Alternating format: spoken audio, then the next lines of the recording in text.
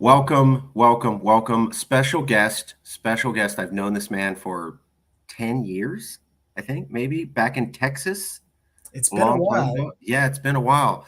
Alan Mendenhall, uh, friend, colleague. I've known him for a while. You helped me out that one time with that little legal issue and you gave me some advice. That was great.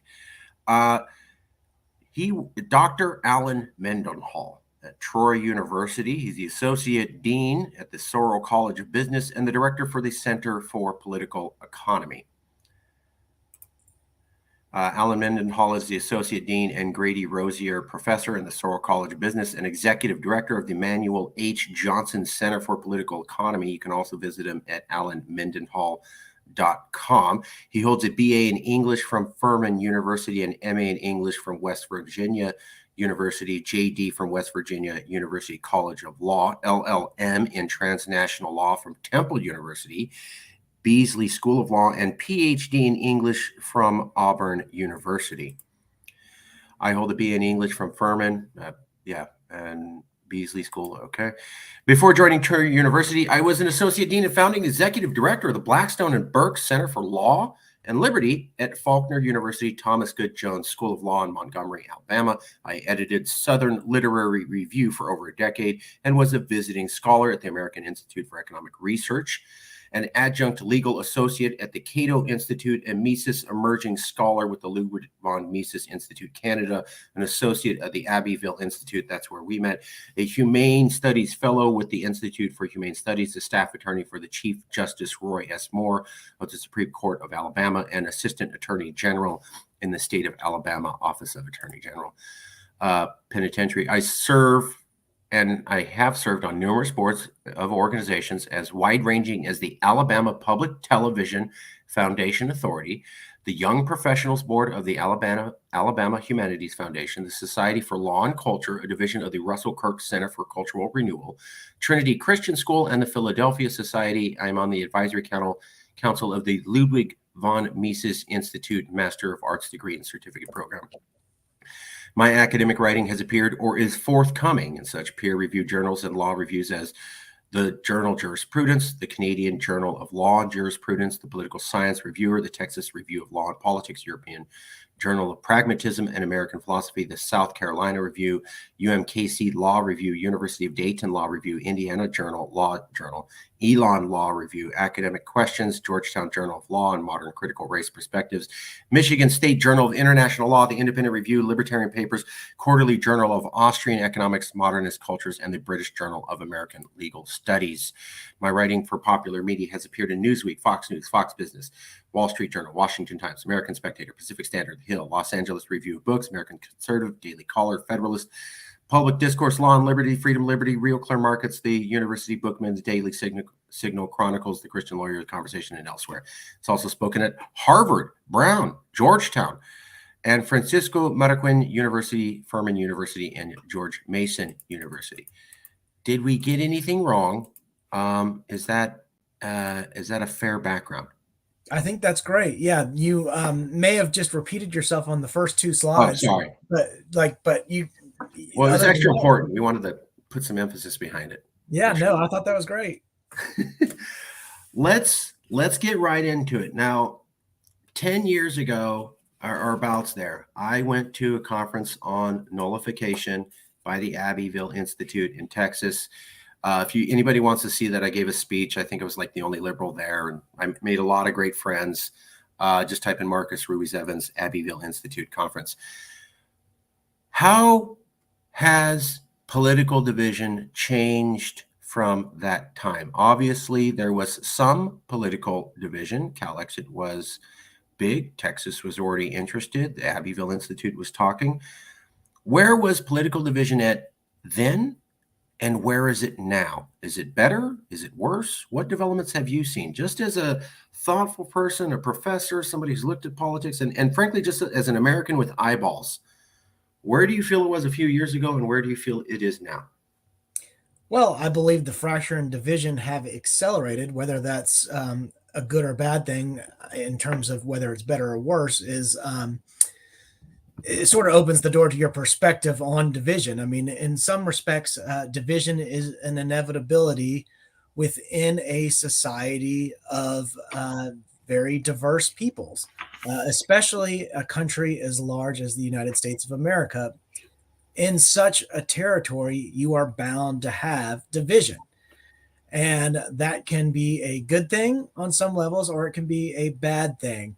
I tend to think that the political division at this point has um, magnified, and that we are looking at the beginnings of an era in which you will see some forms of dissolution, some forms of secession, some forms of um, political realignment along the sort of along the political spectrum.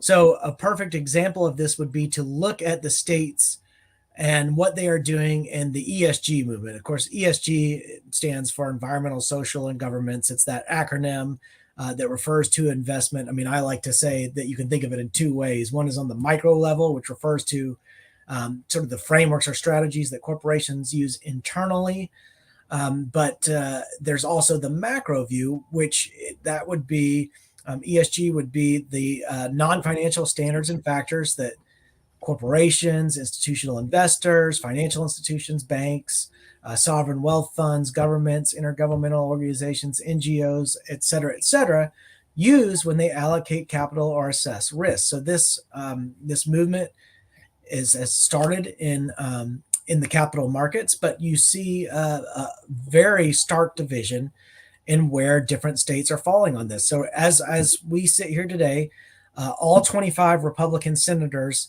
have announced their opposition to ESG. In my state of Alabama, you can include the governor who signed on to a proclamation that Governor Rick DeSantis issued on ESG. In my state, you can also include our attorney general. But and of course, former President Donald Trump has also come out swinging against ESG. So there's not a lot of gray area when it comes to the right. Although within the states, you'll find that there are entrenched interests, banks in particular, sometimes business associations and lobbyists are still trying to come down on the pro ESG side, even when they're in red states. That will ultimately be a failing position. The banks are not going to be able to ward this sort of ESG pushback off. And the division is fracturing along that red state blue line divide, red state blue state divide.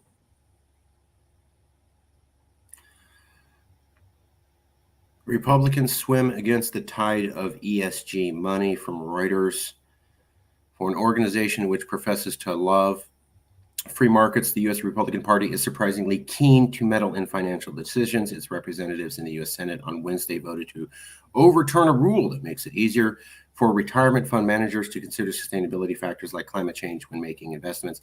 Yet Republicans face an uphill battle against flows of money and their own voters' preferences. What I have not heard about this. What is the ESG decision, and why are Republicans pushing back against that? And how does that mean more political division is coming? I'm ignorant on this subject. Sorry. Okay, Try to be no. more prep. What is ESG? Why is this an issue? We'll start there. Okay, so ESG was first articulated at a United Nations conference co-hosted with the government of Switzerland back in 2004. The conference is called Who Cares Wins. You can look up Who Cares Wins and find a report in PDF form that outlines all the findings and results of the conference. And basically, what happened there is that these governments brought together the most powerful banks and institutional investors and said, what we need to do to push environmentalism and to push social causes is to collaborate and invest pension money in those types of causes. Now, they were careful to say we want to do this in a way that maintains our obligations, our fiduciary duties, but we want to start investing government money in capital markets in a way that will push these different causes. And these institutional investors would, I mean, the big three are sort of BlackRock, State Street, and Vanguard. And if you Google around enough, you'll find that they don't just come under criticism from the right. There are plenty of people on the left that criticize these institutional investors because of how powerful and wealthy they've gotten off of other people's money. These are companies that make money with money. And the left may accuse them of woke washing or greenwashing because they will purport to champion different environmental causes or different social causes when really you dig deep enough, you figure out they're really just getting rich off of using people and saying they support all these different causes. But what they'll do is they'll invest state pension money into ESG weighted portfolios that typically underperform. There were a couple years there, maybe not quite two, but in the sort of pandemic era, right before the pandemic, you saw sort of a spike in interest in ESG funds and index funds that performed fairly well temporarily, but have since taken a major hit. But we're talking about institutional investors who are, making a lot of money by, for example, sovereign wealth funds, countries that have giant oil reserves, and they're investing the money on that. States that have pensioners, the U.S. federal government that has pension funds. I believe the rule that you were referring to when you were reading a headline a second ago, or reading a piece of the article, referred to the new Department of Labor reg, which was in response to an executive order that Joe Biden issued in 2021, mandating the institution of ESG throughout most federal agencies. It didn't name all the federal agencies, but basically any federal agency dealing with financial institutions. So we're talking about anything like from the Treasury to the Federal Reserve. All of these institutions had to operationalize ESG. And we're really talking about the control of capital flows. So it's a bunch of companies have decided they want to stand for being woke, and they're going to follow these principles, ESG, basically meaning, we're going to do these woke policies for the environment or government or society, and also encouraging people to invest in that. And the Republicans are saying, whoa, whoa, whoa, whoa, whoa. We don't want to invest in companies that have decided we're not just interested in profit, we're interested in having a woke agenda too. And that seems to be where the split is. Is that a fair summary? I think that's accurate. The only level of nuance I would add to that is that these are typically financial institutions and institutional investors. So corporations typically on their own don't really want to go woke. We saw what happened with Bud Light and the Dylan Mulvaney. They lost millions and millions of dollars. It was terrible marketing and advertising, but why do companies do these types of things? Well, they typically do them under pressure from institutional investors. BlackRock, State Street, and Vanguard have together around $22 trillion of assets under management. And what they do is they go in and they buy massive amounts of shares in publicly traded companies. And that way they can leverage their power in the boardroom. They can go to annual meetings, or they can have proxy advisors like Glass Lewis or ISS go and vote shares on their behalf. But we're talking, a concentration of power unlike any we've ever seen in the history of humanity. One Harvard law professor predicts a concentration of shareholder voting power consisting of just 12 mutual fund advisors holding the majority of shares of voting shares in publicly traded companies in the United States. This is pretty shocking stuff. The big three, which I mentioned, that hold $22 trillion in assets under management, they hold about 27.6% of all votes cast at the annual meetings of S&P 500 companies. So they are the ones that are engaging corporate boards of directors and pushing boards of directors into political activism against the interests of the companies. The companies don't really want to do that, but if you're a company, you have to do what your stockholders, what your shareholders, your owners want. And if you have a bunch of institutional investors coming in and they're not really that interested in the future of your company, they've just bought your company to use it as a vehicle for pushing social causes, and that's where the big problem comes in.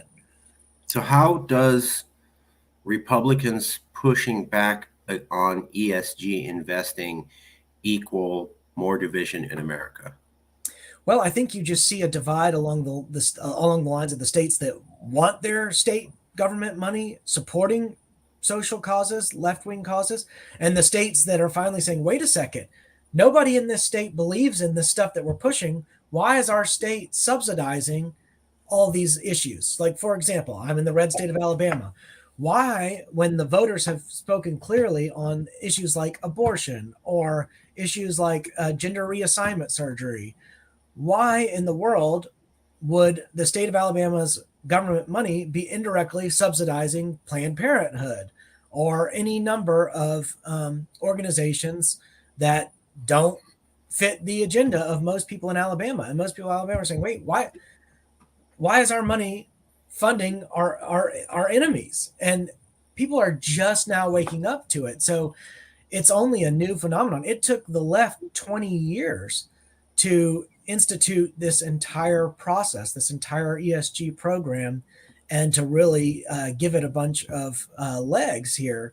And, it's got buy-in throughout much of Europe and Canada and several other advanced nations, but there's some pushback coming here in the southern states. Yeah, and DeSantis is one of them. He signed onto this. He actually orchestrated this proclamation, I guess is what you call it, among Republican governors that say, who say, we're going to push back. We're going to make sure that our state stands against ESG and we'll push back against it. So the Hill magazine, and this is very recent. I'm very impressed with this interview so far. So on March 23rd, that's not very long ago, DeSantis, 18 states to push back against Biden ESG agenda. So this is relatively new. Florida Governor Ron DeSantis on Thursday announced an alliance of 18 other states to push back against President Biden's support for environmental, social, and corporate governance investing, known as ESG. DeSantis joins with the governors of Alabama, Alaska, Arkansas, Georgia, Idaho, Iowa, Mississippi, Missouri, Montana, Nebraska, New Hampshire, North Dakota, Oklahoma, South Dakota, Tennessee, Utah, West Virginia, and Wyoming in what is called an alliance to push back, in addition to Florida. So that's about 19 states. That's almost half the union. Yeah, and we're talking about the weaponization of finance at this point. So it is really a shocking thing. People who have not been paying attention really just need to start paying attention and to look at this issue, because in my view, this is the biggest issue that has ever occurred in my lifetime. This is the defining issue of our age. And there is a battle going on within financial services institutions and within capital markets that is unlike anything we've ever seen before. So let me correct me if I'm wrong, but I think what I'm hearing, maybe I'm getting this wrong. We've had political division. It's been on social issues. It's been, between media companies, been between social media companies, et cetera, stances. Now we're starting to see, for the first time ever, political division get into the financial market, a sector you never expect to see political division. Is that fair? I think that's fair to say. I mean, for a long time, financial services and investors were pretty conservative. I mean, it's the nature of that business to do two things: maximize returns on investment and mitigate risk. And so it was typically a very conservative industry, but there was a very open push to politicize all of these types of institutions through institutional investors that took place among very powerful governments and NGOs and intergovernmental organizations like the United Nations. And it's been going on for quite a while. And I agree with you. This is where the latest battle is taking place. Now, from my own perspective, I really don't want to see corporations politicized in this way. I'd rather see corporations just stay out of politics altogether, because the purpose of a corporation really is to maximize profits for shareholders. And people think that sounds callous, like, oh, you're just about making profits or whatever. But that's not the case, because it's really, profits are what enable corporations to participate in charity and to engage in philanthropy, to give back to their community. And any corporation that wants to be successful at all has to treat its customers well, has to treat its employees well. This is just part of what good business involves. But now that corporations are becoming increasingly politicized, you see them getting into shadier and shadier activity. The more they get involved in politics, the more they hire lobbyists, the more they shift from the shareholder to the stakeholder model of governance, the more you see corporate executives doing shadier and shadier things because they have wider and wider latitude to cover up what it is they're doing. If you if you make the standard for your CEO, your success is whether you are increasing profits. That's a measurable thing. You can say, well, we made more profits than we did last year.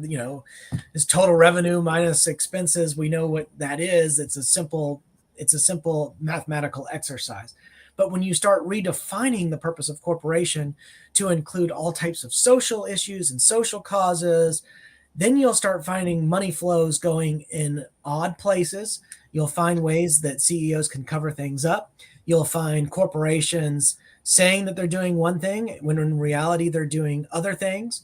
You've got executives trying to cover up their executive compensation because they want to continue to make a lot of money, but they want to hide the ways they're doing it. And you'll find that when companies are beginning to fail, they are it's much easier for them to cover up their failure. For example, Silicon Valley Bank was heavily invested in ESG. It was a disaster. If anybody had just scratched a little bit under the surface, they would have been able to see this thing is tanking. But instead, because they were promoting ESG and they were promoting all these social causes and they were trying to be tech savvy and hip, people didn't notice that what they were doing was really, really bad. And then eventually things hit the fan and we were, it was exposed. We saw everything it was doing. How many more banks are in that exact same position? How many more corporations are really, really struggling, but we don't really know the extent of it because of the commitments to ESG. And ESG only really works as an investment strategy on capital markets if it has full systematic and systemic buy-in. And if there's any resistance to it, then ESG weighted portfolios, ESG investments will fail because Right. think about it, the whole wisdom behind prudent investing is that you want to diversify your portfolio. You want your investments going into as wide an array of sources as possible. So that if one industry starts having a bad time, you're invested in another industry that might be doing well. You have all sorts of offsetting commitments and investments. But ESG automatically narrows the range of possible investments to only a few industries. And it excludes industries like in my state, timber, agriculture, mining, all these, automobile Right. manufacturing, because it's all these industries that are really great for states like Alabama, but they are politically disfavored industries in the ESG movement. And there are a lot of other things, and I don't purport to be an expert on environmental, renewable energies and those sorts of things, but I know that there's a great divestment going on from nuclear power. And from what I understand, nuclear power actually tends to be a pretty safe and healthy way of getting energy relative to alternatives. And we'll see also a lot of ESG investments going to certain solar and wind power projects that eventually get abandoned or they are trendy. Some company starts it up and runs with it with the money that it's gotten, and then it fails and the money has been wasted. So, it's a very ESG is a very complicated thing to talk about because Yeah. it refers to, I mean, when you talk about environmental, social, and governance, you're talking about every single field of human activity falls under this one. Yeah. I like woke investment firm seems to summarize it pretty well. I remember Solyndra or whatever was the solar companies we invested in with Obama. I had a friend who worked there Mhm. after they got the money, and he said it went from a normal business to clown world. And he was there when they started getting the money. And he's like, I could see immediately how things were operating differently. It was all about, we're getting all this injection of cash. Let's rearrange the business model around that instead of making cash. So, and then also you can look at the, just coincidentally, all the woke movies. I won't go into it for the algorithms, but you can type in Woke Hollywood movies have failed, and Hollywood companies have lost millions, if not billions, of dollars. One of my favorite ones was Halo. Halo was a video game very popular with men. Remember. They came out with the movie, and it was very woke. And the writers for Halo said, "We didn't even watch the video game. We like watched, some feminist movies and based it on that." Tanked. I mean, all their money invested in that thing gone. They could have gotten everybody who played that Halo video game to watch the series, and they probably could have relaunched the Halo video game itself, all wiped out. So if you were trying to make money, whoa! And then there was my favorite was The Witcher, was a TV series on Amazon or something. The guy who played Superman, he was playing some warlock, and he was going through medieval times. Anyways, the people who wrote the series admitted they didn't even watch the comic book that it was based upon. And then in an interview, and they just wanted to have some other woke principles, and they even kind of trashed the readership who read the original Witcher series, and they destroyed that television series within a month. They lost all their viewers. Fourth season or third season wiped out. So I mean, these are real things where this happens, and if you thought you were going to make profit, it's gone. I mean, it's wiped out. Let's get to some more political questions. I do want to ask you some economic ones in the future, though. Let me show you this map. Okay. And then I want to ask you what your opinions are. Is polarization a new phenomenon? Is it old? Is it because of the elites? Is it because of the people? These are ongoing debates, and I wanted to ask your opinion of them. And then I wanted to show you this map. So, is political division bad, I guess, in comparison to the past? And is it really the elites making it happen, or is it the people themselves? Just as a professor, as a scholar, but also as an American who's been around for a couple of decades, are the people getting more polarized, or is it just the media and the elites making it happen? Well, I think it's a little bit of both. I do think that technology has accentuated and highlighted divisions and maybe caused division and fracture in ways that weren't possible before. Now people are able to get on Facebook and see the political opinions of associates or colleagues, or maybe not necessarily close friends, but acquaintances who otherwise may have been, may have held views that were completely unknown to the person. So I do think that, you get on Twitter and you immediately see virtue signaling, and you see political posturing in ways that weren't possible before social media. Now, having said that, I do think that there is it's the old term, the silent majority. I think there are people who do not buy into what powers in the media or communications or the universities are peddling. The ideas and theories that are ubiquitous within certain institutions, such as those I just mentioned, do not align with the values and beliefs of most ordinary people who would rather watch a football game, and they want to know what they are going to have for dinner. They want to go to a restaurant and order a pizza, and they don't really care whether they get a plastic or a paper straw. They'd rather have a straw that didn't disintegrate in their cup, but they're not going to make a political stance on this. They just want to go through life. They don't care about these things. They just want to be left alone. They just want to raise their children and not have to be harassed. They don't want every single decision they make to have to involve a political element to it. What shoes you buy, what types of shirts you wear, what types of cars you drive. It's the politicization of everything, and that Right. makes life miserable. People want to escape politics. They don't want to be immersed in it with every single decision they have to make every day. And I do think that this ubiquitization of politics will come back to bite principally the left, because I believe that this is more of a phenomenon on the left. I also think, you'll hear refrains from the left such as silence is violence, meaning if you stay out of an issue, if you don't take a position on it, you are by extension supporting the problem. Mm-hmm. Silence is violence. You are implicated in some form of oppression by not taking a stand.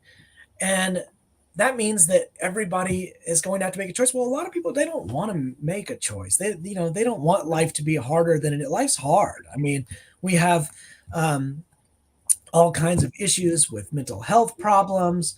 We have a loneliness issue. We have recently come out of a pandemic. I mean, people are struggling with just life. Life's hard enough. And when you don't have to make decisions, I mean, that was the one thing about the pandemic is, whether you're going to get masked, you're going to have to carry out a vaccine card. This is sort of like getting branded with, who you are politically, what you wear, everything you do is a marker of identity. And that makes people uncomfortable. Most people, I think, just want to live a life that has happiness, where they can enjoy their families, they can enjoy the community of their friends, they can be involved in all sorts of associations, whether they're little leagues or civic clubs or charities, but they don't want their entire life being defined by politics. I could see that. Yeah, I could see that. Just to back up what you said, silence is violence. I'm out here in California, know a lot of liberal activists. The other one they use is, I don't want an ally, I want an accomplice. Mm. So being an ally, I support you, used to be good enough. Now it's, I want an accomplice, meaning you have to actually get involved in whatever I'm going to do, even if it's dangerous or risky to your background. And if you're not willing to do that, then you're a bad person. So I have seen the language shift gradually from support and tolerance is no longer good enough. You got to be in the trenches with us to the degree that I view as appropriate. And if you're not, then you're an automatically ist. Well, I think that's right, because what they're saying when they issue words like that is that there can be no neutrality. Right. Well, the reason we have institutions of higher education is to maintain a principled neutrality. People are supposed to sit back and not make up their minds right away. So this is why the university has portrayed its own mission. People are supposed to suspend judgment until they have pursued lines of inquiry to the point where they are convinced that one course of action is right or wrong. If they have not reached that conclusion, they really should suspend judgment. They really should continue the pursuit of truth and inquiry rather than settling definitively on one position or another. But the problem is when you start getting this rhetoric, when you start militarizing all discourse, then people feel that they have to make a decision. Okay, well, I'm not fully convinced yet, but if I'm going to take a side, it's going to be on this side or it's going to be on that side because my friends are on this side, my friends are on that side, or my colleagues are on this side, or my colleagues are on that side, or my industry favors this, and by extension, my pocketbook is benefited if I support this cause, and that's how people are making decisions without full rational inquiry occurring. I remember about 4 or 5 years ago, maybe 5 or 7 years ago, public academia was talking about, no, it wasn't public academia. It was corporate America was coming together to issue reports about all the college students coming out that they had to pick from. And they were saying that the critical thinking skills were almost gone. That was 7 years ago. That was corporate America saying, look, we're hiring these people and we've always hired them for decades. We've noticed this new crop has no critical thinking skills. My mom, I won't get into detail, but she works at a Fortune 500 company. And she said, it used to be when you hired college graduates, you knew they were deliberate and thoughtful. And then something's happened the last 5 to 7 years where that used to be a valuable characteristic. And now it's, you don't automatically know the answer that everybody else has agreed to. You're an idiot. And it's definitively changed. I'm not taking a side on it, but I can totally back you up anecdotally and in some academic studies that I've seen that things have shifted the last 5 to 7 years. Let me go to this map though. Okay. So this map comes from the Wall Street, New York Times. How large is the divide between red and blue America? This is from 2016. This has also been corroborated by NPR, 538, I believe Harvard University, and many others. So if you look at the map in the top left corner in 1992, these are presidential elections by county. In the red means don't run here if you're a Democrat, you have no chance of winning. In the blue means don't run here if you're a Republican, you have no chance of winning. Gray means competitive election. Sometimes we vote Republican, sometimes we vote Democrat. Depends upon the issues, the year, what's going on, who's the best leader. 1992, half of America's gray. You go to 2016, almost all the grays wiped out. And you have almost only exclusively landslide voting counties, which means, don't even run here if you're the other guy. There's no chance. That's a 30-year period at the county level showing that basically Americans have sorted themselves out ideologically. That's not the elites. That's the people doing this since 1990.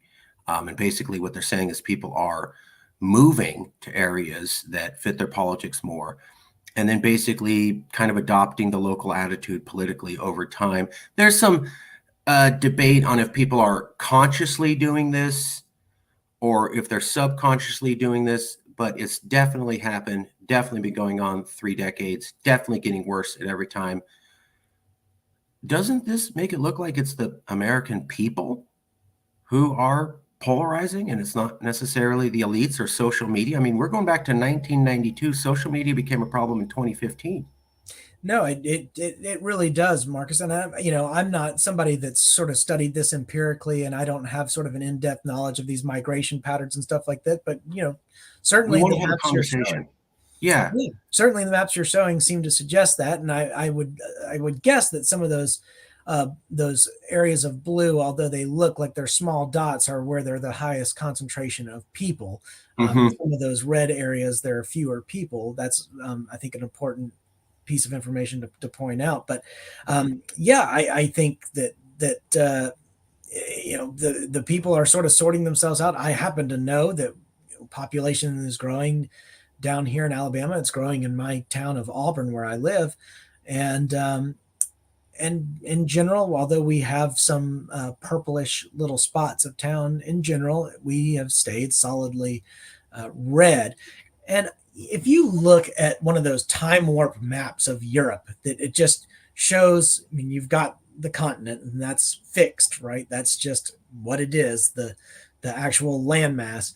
But if you look at the geographical or territorial boundaries within that map and you sort of do a fast forward where they go Right. Right. sometimes one piece of land is part of one country, then it's part of another, then it's part of another, and then you have different countries seceding and joining other countries. And so it's really honestly unrealistic to think that for some reason the United States of America as it's currently constituted will exist with the same territorial boundaries and borders as it has now. I mean, it's just unrealistic. It's just not going to happen. Eventually, I mean, everyone knows eventually something's going to change. It's what happens everywhere. It's an inevitability.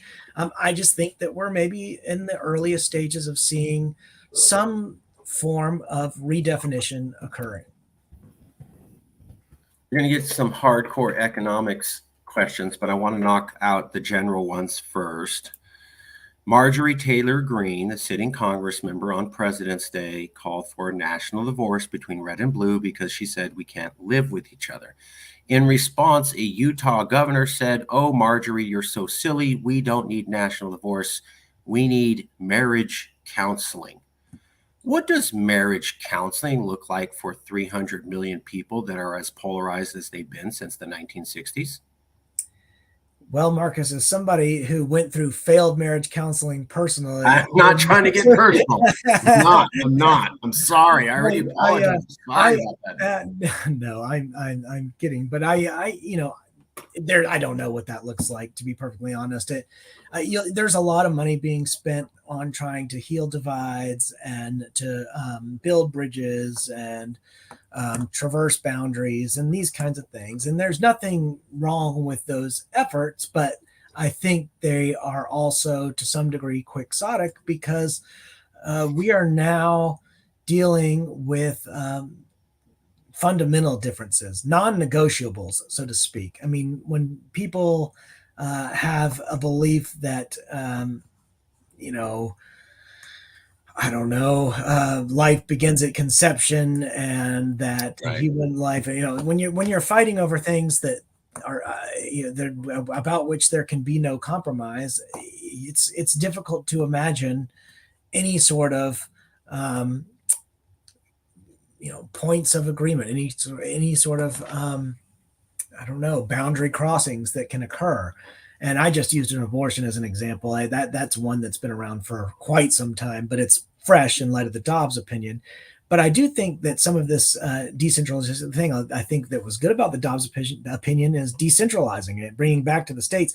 I think if there is any hope for the people that don't want a national divorce, which I'm sort of agnostic on the issue. If there's a national divorce, there's a national divorce. I mean, it's bound to happen Life eventually. goes on. But for the people that want to preserve the union, so to speak, um, the hope, I think, is in radical decentralization. So the things like the ESG movement that I'm talking about, that all has to get worked out. But leaving it to the different states to decide things rather than nationalizing every issue. The way, I think if there had never been a DOMA, the Defense of Marriage Act, a lot of the states that wanted to prohibit same-sex marriage would probably have them prohibited.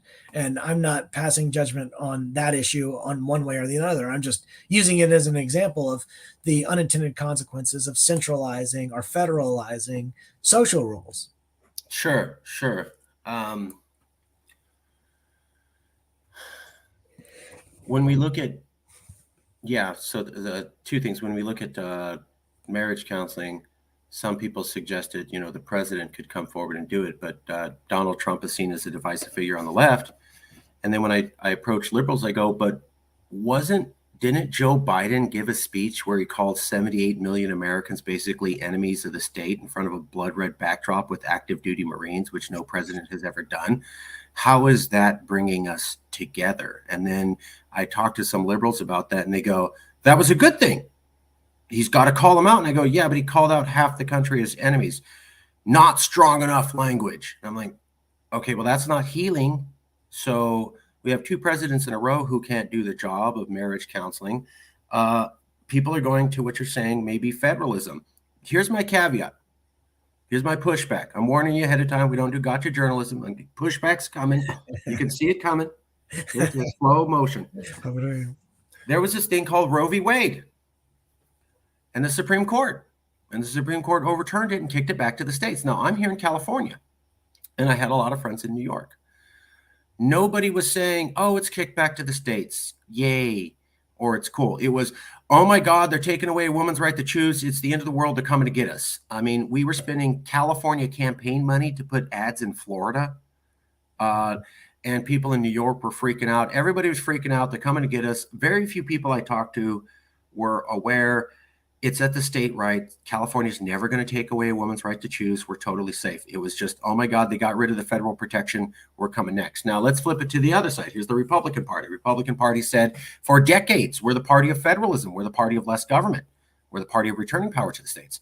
The power is returned to the states. Huge federalist decision. First time in decades to get something this big. And then Mike Pence, one of the top ranking Republicans, says, not good enough. I want a national abortion ban. He's supported by other Republicans, and he's not reputed by anyone in the party.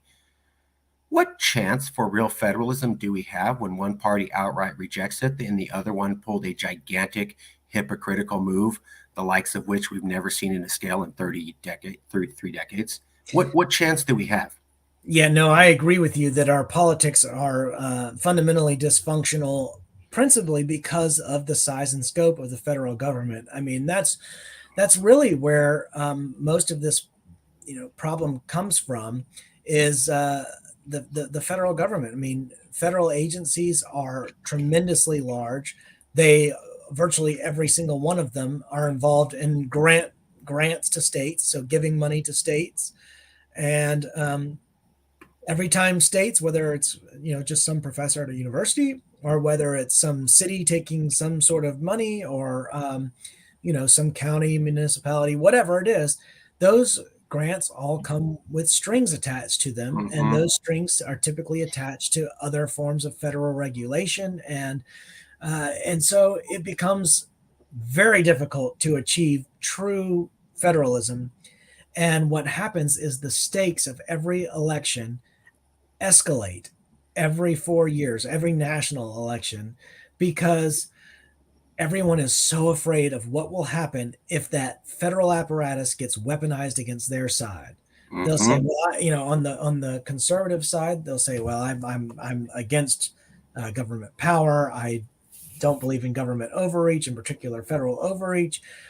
But if we don't yield control of that thing and use it to fight the other side, they're going to do it to us, and it just becomes a tit for tat. And the power itself continues to get larger and larger. And so the potential consequences of the use of power become graver and graver. Mm-hmm. And everybody gets increasingly afraid about what will happen when the other side gets control of those administrative agencies, or has that executive order power, or whatever it is. So it's increasingly dangerous. And look, I'm for dispersal, decentralization, diffusal of power, whatever that looks like. I am very scared of mass centralization of power, consolidation of power.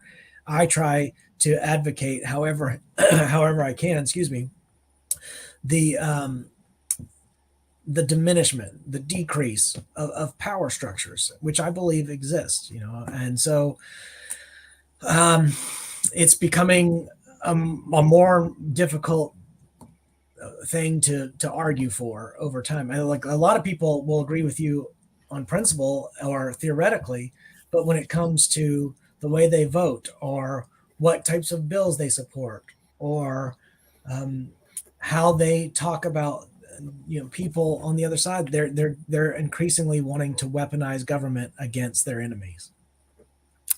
It reminds me of the Marvel series, The Avengers, with all these superheroes, and the main bad guy was a guy called Thanos. Mm-hmm.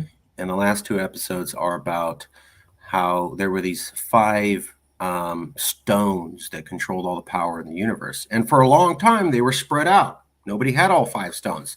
Peace. And this guy Thanos comes along. He's like, I'm going to get all five stones together on one Mm-hmm. ring. And he does it. And the first thing the other guy says, let's get that glove away from him and use it for what we want.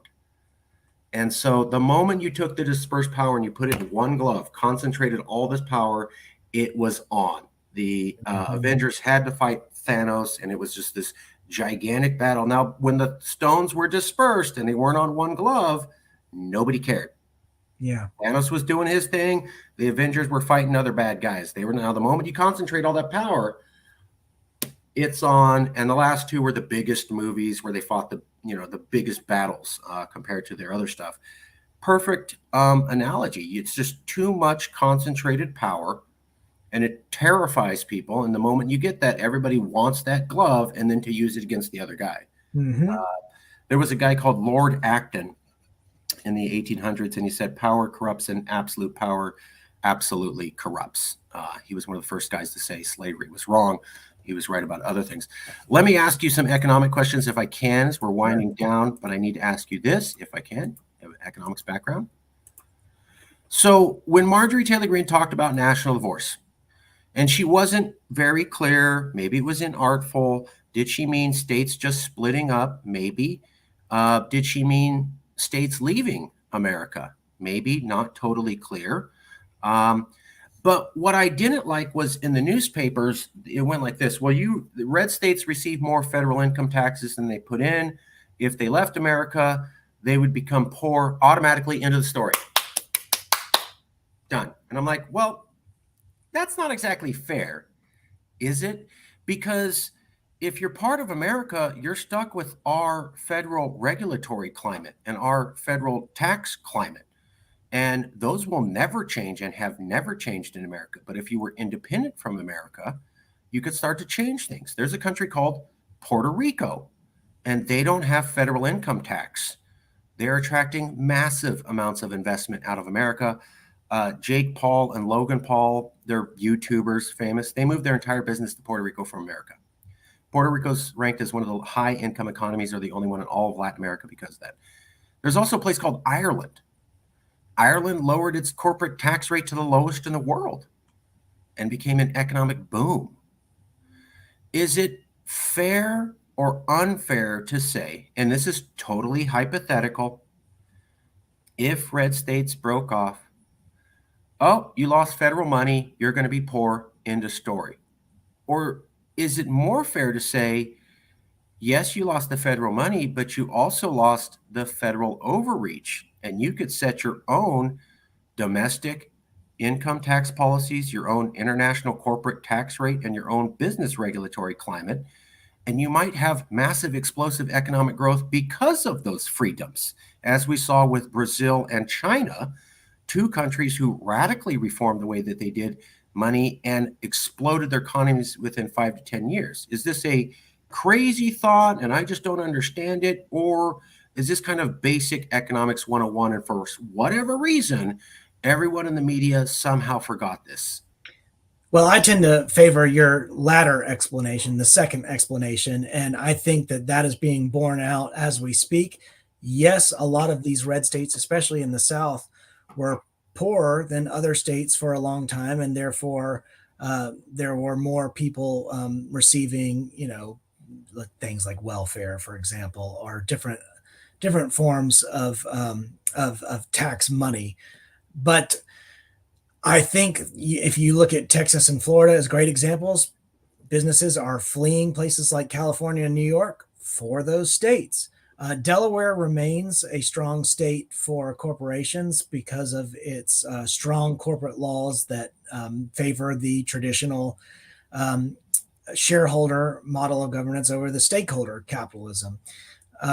And I think that even in states like Alabama, which I believe on the state economic freedom indices ranks somewhere around 22nd, so not great, not bad, but you've got red states like ours that still aren't that friendly economically, but if they begin to follow their brothers and sister states in Florida and Texas, would only open up the state for more business. We've got great weather, we've got great natural resources, we have mountains, we have beaches, and I suspect that we've got low taxes, a ton of land, low living expenses. I mean, this is where the future is. We're not going to let Detroit, happen here. Okay, all right, all right. You sold us. Everybody needs to move to Alabama. The Not weather's everybody. Not everybody. not every. No, okay, sorry. Certain people. Or some of you. This is the worst place. Some of to you live. should The other is consider the moving to best place.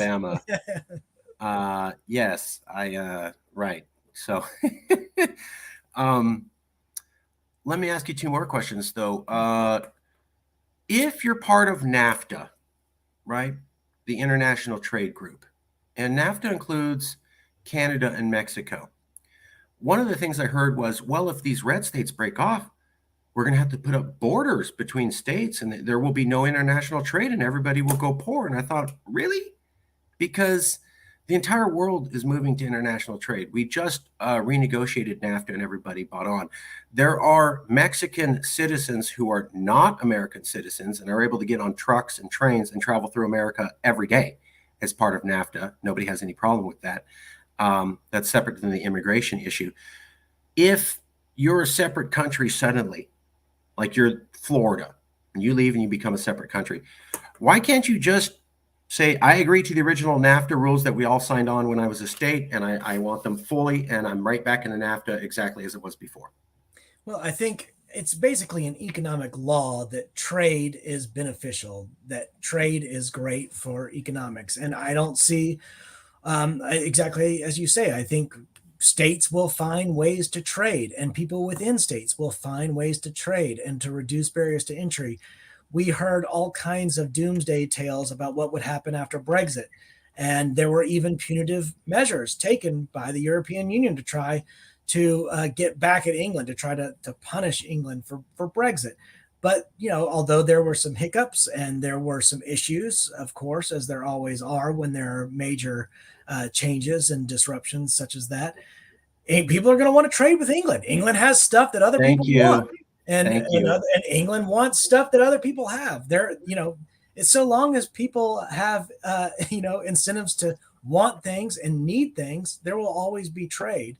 And a lot of barriers to trade are politically motivated, and I don't think it would be beneficial to, let's say, breakaway states in the in our country. If there were breakaway states in a new sort of territory, it would not be beneficial for those states to isolate themselves. They would, of course, find every means possible to trade, and find new trading partners if necessary, trading partners that they weren't allowed to trade with. Maybe they start trading with Cuba in ways that they couldn't before, getting resources there. I don't know. Like, Interesting. they're just new opportunities, because you have new sort of political realignments, and all this requires a lot of rethinking things and experimentation. And of course, it's not always smooth or easy. There will be setbacks, but I think long-term thinking, people are going to find ways to trade. Yeah, and I just thought, okay, so Mexico's a separate country, Canada's a separate country, America's a separate country. All three of them agreed to this contract. All three of us are going to abide by the same thing. So let's create a new fourth country and a new fifth country. Why can't they just agree to the same contract and then they're back in? There's no trade issues. If there's 1,000 rules you have to follow and you agree to all 1,000, how are you not realigned with that trade agreement again? Well, I'll follow every single rule you said. Mexico's, of course, going to want to trade with the people that are right above its border. All right? States right above its border. I mean, it would just make sense. Of course, they're going to want to trade with those countries. Right. Okay, last question. Optimum Currency Area by Robert Mundell. So basically, this is the theory. We have the Federal Reserve. There's 12 districts, I think, maybe 9, 12. And they set the economic policy for the country, but they usually set it based upon how the regional economy around New York, D.C. is set. For example, in the year 2001, California suffered the dot-com bubble burst. That happened specifically because the Federal Reserve set interest rates that were opposite what the California economy needed, but were for what the New York-based economy needed. So they wanted to, I think, cool down inflation in New York. And what that did was that caused an automatic collapse in California, and we went into massive recession. And even Alan Greenspan basically said, whoops, sorry, we had to do what we think's best for the country. So sometimes when you're part of this federal currency union, they will set interest rates that are the dead opposite of what your state needs at that moment, because it makes sense for people in New York and Connecticut and Washington, D.C. If you were independent and had your own Federal Reserve where you could only set policies that benefited your economy, would that be good or bad comparison to now, where you can't set interest rate policies that are the best for your economy and you're at the mercy of whatever the Federal Reserve decides? Well, I guess I'll have to answer that in a couple of ways. The first thing I'll say is that in general, I don't like central banks whatsoever. I don't think that I don't think that they do a good job. I sort of adhere to the Hayekian knowledge problem of dispersed knowledge residing in markets, and that no central planners can ever really fully understand what motivates people at the local level, and never can possess the type of knowledge needed to make those decisions that would design or plan an entire economy. Now, having said that, in the hypothetical you gave, where we're going to have central banks, I think that the more localized they are, the more likely they are to represent economic realities. That the broader the territory, the less realistic, because the less knowledge that can be had of the economics taking place within the territory. Anytime central banks start meddling with interest rates, whether it's to lower them, as they did during COVID, to near zero levels, or when it's recently where they've raised interest rates, and in an effort to fight inflation. In both cases, they are trying to combat one problem and will create a whole new host of problems. So every time some sort of central bank takes some measure to fix one problem, they create 8 new ones, and then they go try to fix those 8 new ones. But in fixing those 8 new ones, they've created 16 other ones over here, and it's a self perpetuating cycle. And I believe, leaving things to the market to fix interest rates would leave you with what we sometimes call in economics equilibrium, even though there's no such thing exactly as an equilibrium. There's no real equilibrium out there in the world that you can point to. But in general, the idea that there are natural processes to the market, and any intervention into those processes will distort that market and have negative consequences. So I think that central banks are little distortion mechanisms, and they're always causing problems. And the COVID example was so foreseeable. I mean, putting interest rates at near zero so that you could increase circulation of the money supply. I mean, anytime you increase money into circulation, you're going to cause all kinds of problems, and inflation is virtually inevitable. I mean, it's an economic reality. Everyone knows. What? Everyone knows. Whoa. Come on, folks, I'm sorry. This guy's saying you just print thin money into thin air creates inflation. That is ridiculous. I have been watching the statements by Karine Jean-Pierre and President Biden, and they say you are so wrong. Yeah, what you're saying backs up what every economist over the last century said, but I'm going to go with the president and his advisor, both of whom are not economists. Can't be true, right? Well, you can just print endless amounts of money. It doesn't mean more inflation. Yeah, it's funny because we have, and that's just one example, but we have a lot of politicians who like to play expert on things, and a lot. I watched the interview with Karine Jean-Pierre and Steve Ducey where he goes, "Why are you saying this isn't inflation?" She goes, "Because that's not the definition." And I'm like, oh, wow. Yeah. And these are the people who were saying that, Trump would just make up fake news. And I'm like, okay, well, maybe he did, but you doing it now too, just as good as him. So, well, I didn't see that issue. I that interview, excuse me, but I like Steve Ducey, and I actually have been on Fox and Friends, and he interviewed me and was very kind. But that's where you want to ask him something like, ask a question like, what about inflationary pressures? Like, right. maybe according to your definition of inflation, but which, by the way, I think it was inflation by that definition. But what about inflationary pressures? Surely you can't deny that there are inflationary pressures. She might have found a way. I'll leave it there. I was just like, wow, okay. All right, we're winding down. Let me ask you 2 questions. Number 1, I want you to place yourself outside of yourself for a moment.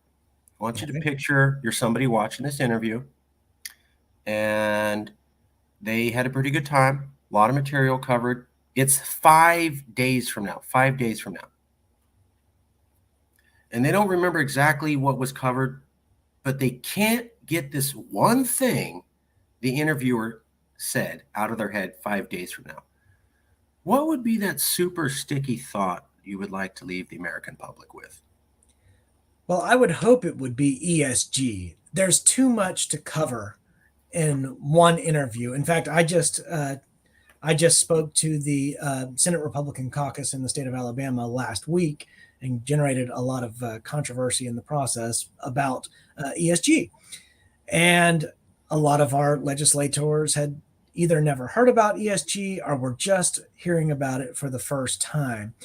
And it's such an extraordinary phenomenon. I would encourage you to go read up on it by yourself, because it sounds so big, so global, so massive that you might be skeptical about claims that ESG is as serious or as grave as I've made it sound.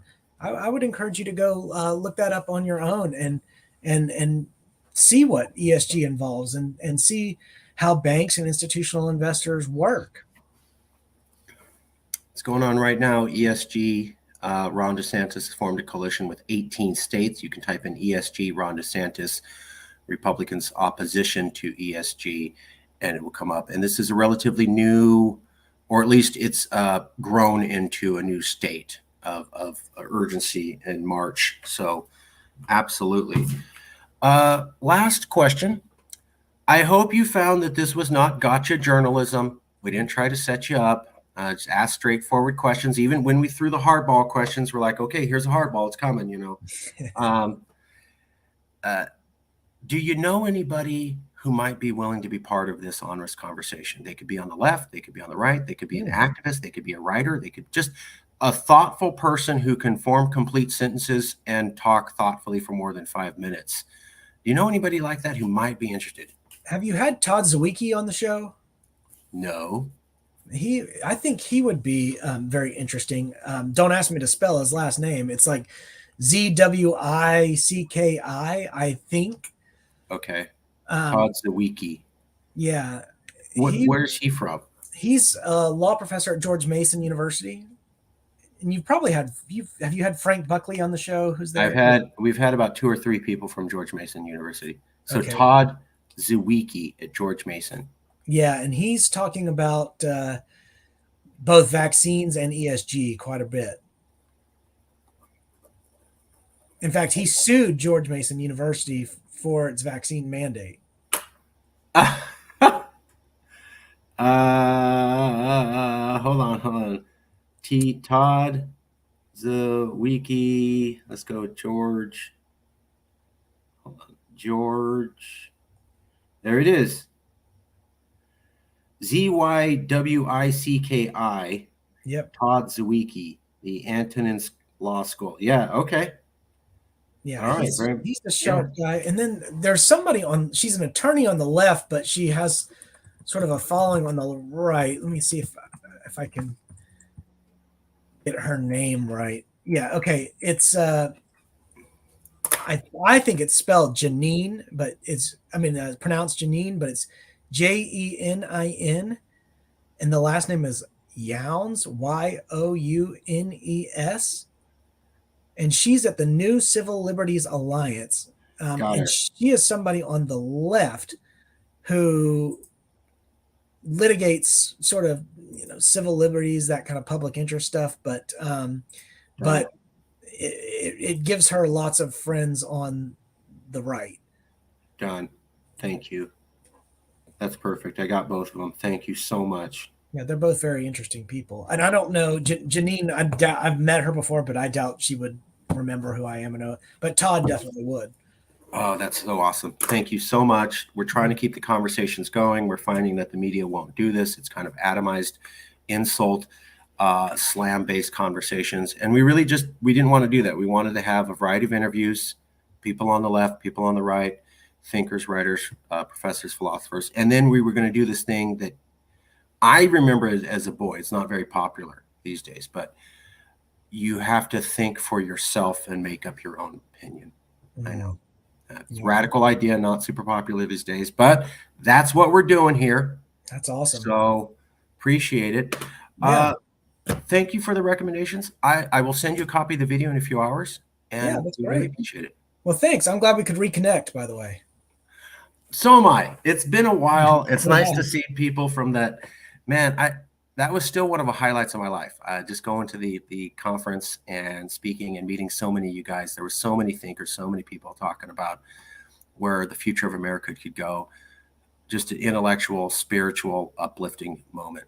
Well, and you were very supportive of me when the Think Progress guy came after me for just silliness. Like it was ridiculous. Yeah.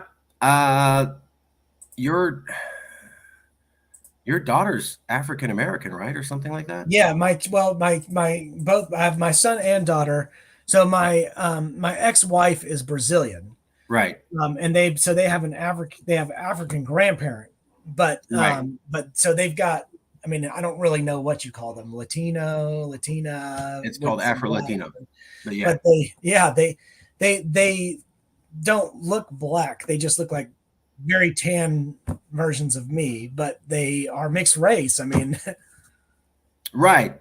And yet the implication was that you're a white supremacist. I'm half Mexican, but the implication was that I was a white supremacist. So, I mean, it makes sense. People who would never support white supremacy are being called white supremacists because it fits, it's slander. They don't even think about it. That's why I jumped to that, because I was like, when you have to go and explain to your full-blood Mexican mother that her son's a white supremacist, and after 5 minutes of laughing, you have to explain to her that no, this is real, and she cries for 20 minutes as you explain to her how modern American news works, it yeah, sticks with you. And then when yeah, I saw it happen to you, I was like, oh, hell no. yeah, No, yeah, no, no, no, I'm not going to roll over for this. We're going to do something. This is ridiculous. You guys are calling people white supremacists who are not, because you don't like what they say. And so you're going for the worst possible insult to shut down discussion. And it's wrong and disgusting. And your behavior actually discourages diversity and inclusivity and mm, people finding love outside of their own particular race. And as somebody who's mixed race, I will absolutely have nothing to do with it and fight it with every last inch of my fiber and being. It's an existential threat for me. So I was proud to do that. I was happy to do that. And I appreciate you joining me. And I will always fight those battles. It's wrong. well, thank you very much, and I enjoyed it. We'll leave it there. I'll send you a copy of the video. Best wishes. Sounds good. Talk to you Talk soon. soon. All Okay. right, bye. Thanks.